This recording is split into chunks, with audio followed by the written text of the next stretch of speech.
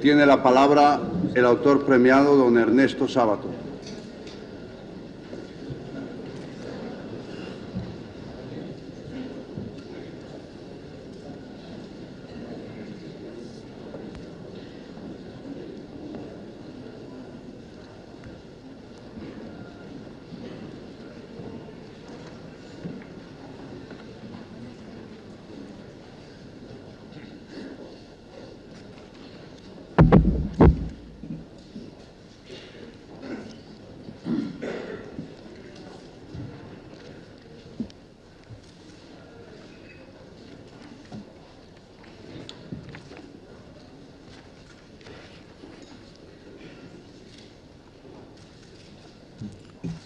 Sus Majestades, señores y señoras, es el más alto honor de mi vida recibir el Premio Miguel de Cervantes, doblemente honroso por serme entregado de las manos de un hombre que los partidarios de la libertad admiramos y respetamos, Su Majestad don Juan Carlos I, Rey de España. Con su lucidez y su indomable energía, Isabel la Católica quiso que el habla de Castilla, ya consolidada, se convirtiese en el idioma de los vastos territorios que soñaba, en el convencimiento de que solo la religión y el lenguaje pueden aligar pueblos diferentes. Nebrija, a su lado, trató de fijarla para siempre, porque la lengua castellana estaba ya tanto en la cumbre, que más se pudiera temer el descendimiento de ella que esperar su subida. El intento era políticamente comprensible, pero los idiomas terminan por rechazar todas las imposiciones, también las imperiales.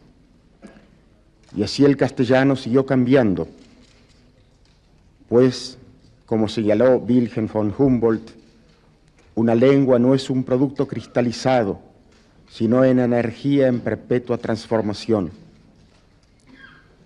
De este modo, la vida y sus vicisitudes fueron enriqueciendo y alterando el castellano, tanto en la metrópoli como a través de descomunales selvas y cordilleras en el Nuevo Mundo, probando en semejante epopeya su formidable vigor y su invencible resistencia, manteniéndose siempre una en las mutaciones, según esa dialéctica entre la tradición y la renovación que rige los grandes fenómenos culturales.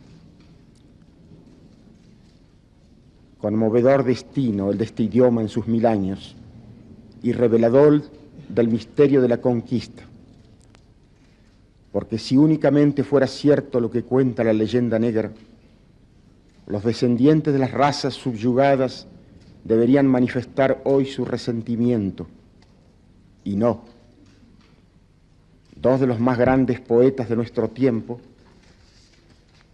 Rubén Darío y César Vallejo, con sangre india en sus venas, no solo escribieron en la lengua de los conquistadores, sino que cantaron España en poemas memorables.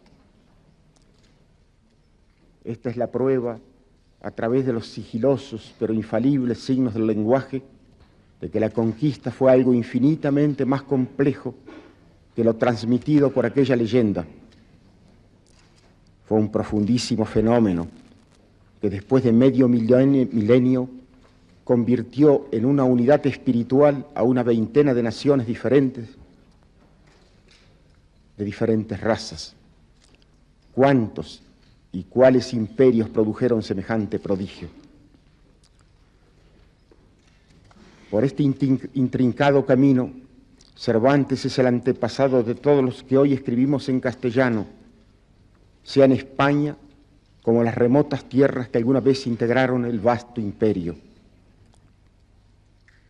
Cuando admirables exégetas han indagado el Quijote, uno de los cuales me honra con su amistad y su presencia, puede parecer un atrevimiento que yo, sin más títulos que el de escritor, pretenda aportar algo a todo lo que se ha dicho. Si lo hago es porque este premio que se me concede lleva el nombre de Cervantes y porque únicamente me referiré al enigma de la ficción. Y cada novelista, por modesto que sea, ha tenido la vivencia de ese enigma y puede quizá contribuir a desentrañarlo. ¿Supo Cervantes que escribía una obra trascendente? No, por cierto, cuando comenzó a hacerla. Un ingeniero sabe de antemano lo que llegará a ser el puente que ha calculado en sus planos, pero no se puede calcular una gran ficción, porque no se construye únicamente con las razones de la cabeza, esas que sirven para demostrar teoremas, sino también, y sobre todo, con lo que Pascal llamó les raisons du cœur, las incomprensibles y contradictorias verdades del corazón. Dostoyevsky se propuso escribir un folleto sobre el problema del alcoholismo en Rusia y le salió Crimen y Castigo. Cervantes quiso escribir una regocijante parodia de las novelas de caballería y terminó creando una de las más conmovedoras parábolas de la existencia, un patético y melancólico testimonio de la condición humana, un ambiguo mito sobre el choque de las ilusiones con la realidad y de la esencial frustración a que ese choque conduce. Esto no lo sabía al comenzar su empresa, no lo podía saber, ni aun con su prodigiosa inteligencia, porque el corazón es inconmensurable con la cabeza. Lo fue sabiendo a medida que avanzaba, según los acontecimientos imprevistos y los actores que iban mucho más allá o en diferentes direcciones de lo preconcebido. Y quizá no lo supo nunca del todo, ni siquiera después de haber dado cima a la gran aventura, como nunca podemos descifrar acabadamente el significado de nuestros propios sueños, porque todas las explicaciones que la razón intenta son impotentes, porque el sueño es irreductible a los puros conceptos, porque el sueño es una ontofanía, una revelación de esa oscura realidad del inconsciente en la única forma en que puede expresarse. De ahí todas las interpretaciones que se dan de un mismo sueño, según la época y las teorías que se utilicen, y de ahí, y por los mismos motivos, las diversas y hasta encontradas lecturas de una ficción profunda como la del Quijote. Si no fuera más que una sátira de la novela de caballería, no habría perdurado cuando esas narraciones estaban olvidadas y carecean de la menor vigencia. Y tampoco se explicaría por qué esa presunta sátira, además de hacernos reír, nos anuda la garganta.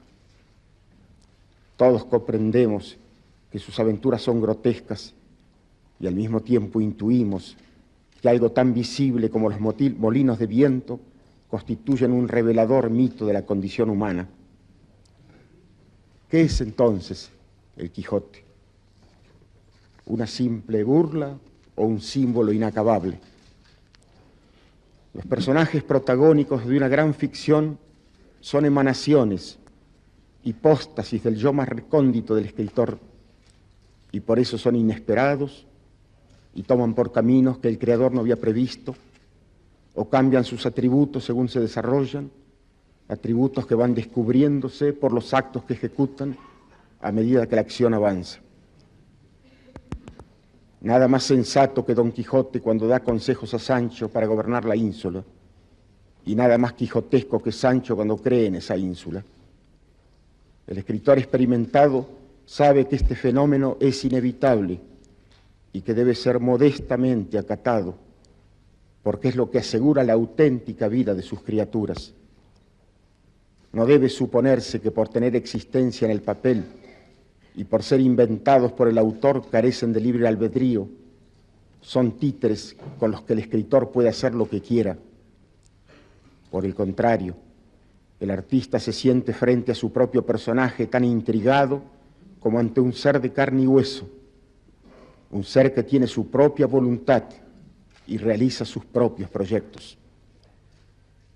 Lo curioso lo ontológicamente motivo de asombro es que ese personaje es una prolongación del autor, sucediendo como si una parte de su ser fuera testigo de la otra parte y testigo impotente. Pero esto, que a primera vista nos asombra, se comprende cuando tenemos en cuenta que esa emanación no es el resultado de la razón del autor y de su voluntad, sino de motivaciones de su yo más enigmático. Así también pasa con nuestros sueños, esas ficciones de las que cada uno de nosotros somos autores, con personajes que no han salido, que no podrían haber salido, más que de nosotros mismos, y que no obstante son de pronto tan desconocidos que hasta nos aterran. Esta característica de las grandes ficciones es precisamente la que la convierte en grandes verdades. De un sueño se puede decir cualquier cosa, menos que sea una mentira. No sabemos, difícilmente alcanzamos a entender el significado último de ese portentoso fenómeno, pero sin duda es la expresión auténtica de un hecho. Mediante aquello que desde antiguo se llamó inspiración, sin proponérselo, el escritor rescata de ese territorio arcaico símbolos y mitos que confieren verdad a sus creaciones y que le darán la perdurabilidad de la especie humana. El espíritu puro produce ideas, pero las ideas cambian, y de ese modo Hegel es superior a Aristóteles, pero el Ulises de Joyce no es superior al Ulises de Homero. Los sueños no progresan, dan verdades inmutables y absolutas. En una carta a un amigo, Karl Marx manifiesta su perplejidad porque las tragedias de Sófocles seguían conmoviendo, a pesar de ser las sociedades modernas tan fundamentalmente distintas. Pero es que los atributos últimos de la condición humana no sufren las vicisitudes de la historia. La muerte no es histórica, siempre el hombre ha sido mortal y seguirá siéndolo. Y así también con otras características que constituyen el fondo metafísico del hombre. Estos atributos últimos son los que alcanzan a descubrir y describir los grandes escritores en sus ficciones. Es precisamente por esto que el Quijote vale para todas las épocas y en cualquier parte del mundo. Cervantes es radicalmente español, hasta el punto que es difícil imaginar que pudiese haber surgido en otra parte, pero al mismo tiempo revela y enuncia misterios del alma de todos los hombres. Como decía Kierkegaard, más ahondamos en nuestro corazón, más ahondamos en el corazón de cualquier ser humano. Esta suerte de complejidades es lo que vuelve imposible juzgar razonablemente la obra máxima de Cervantes. Su mente comenzó planeando un pasatiempo al pecho melancólico, pero su instinto poético logra finalmente levantar de entre las ruinas de su protagonista apaleado, escarnecido y ridiculizado, una figura imponente y conmovedora. Y no son los ingeniosos y descreídos bachilleres los que se imponen al lector, sino el destartalado hidalgo con su fe inquebrantable, su candoroso coraje, su heroica ingenuidad. Esto es lo que después, o hasta en medio de la risa, llena de pronto de lágrimas nuestros ojos. En el último capítulo, Cervantes le hace renunciar a todas las ilusiones y quimeras. Como escritor, intuyo que escribió esta parte con el alma contrita, oscuramente sintiendo que cometía con su caballero la última y más dolorosa de sus aventuras, obligándolo a morir desquijotado, para felicidad y tranquilidad de los mediocres, de los que aceptan la existencia como es, con la cabeza gacha, cualesquiera sean las renuncias y sordideces. Para mí, el Cervantes de tantas andanzas en pos de ideales frustrados, dolorosamente se autocontempla y humilla en esa escena final, aceptando el acabamiento de su propia vida con honda amargura. Podría pensarse que aceptaba con resignación cristiana la voluntad de Dios. Pero ¿por qué Dios no ha de querer a los Quijotes? Me atrevo a pensar que Cervantes amó hasta el final al caballero de la triste figura y que tímida y lateralmente desplaza sus ilusiones nada menos que al risible escudero para que su amargura sea más irónicamente dolorosa. Y así Cervantes dio cabo a su grandiosa fantasía. Región desgarrada y ambigua, sede de la perpetua lucha entre la carnalidad y la pureza, entre lo nocturno y lo luminoso, campo de batalla entre las furias y las olímpicas deidades de la razón, el alma es lo más trágicamente humano. Por el espíritu puro, a través de las matemáticas y de la filosofía, el hombre exploró el hermoso universo de las ideas, universo infinito e invulnerable a los poderes destructivos del tiempo. Aún las poderosas pirámides de Egipto terminan por ser desfiguradas ante el implacable viento del desierto. Pero la pirámide geométrica que es su espíritu permanece eternamente idéntica a sí misma. Mas ese orbe platónico no es la verdadera patria del ser humano, es apenas una nostalgia de lo divino. Su verdadera patria, a la que retorna después de sus periplos ideales, es esa región intermedia del alma, región en que amamos y sufrimos, porque el alma es prisionero de su cuerpo, y el cuerpo es lo que nos hace seres para la muerte. Es allí, en el alma, donde se aparecen los fantasmas del sueño y de la ficción.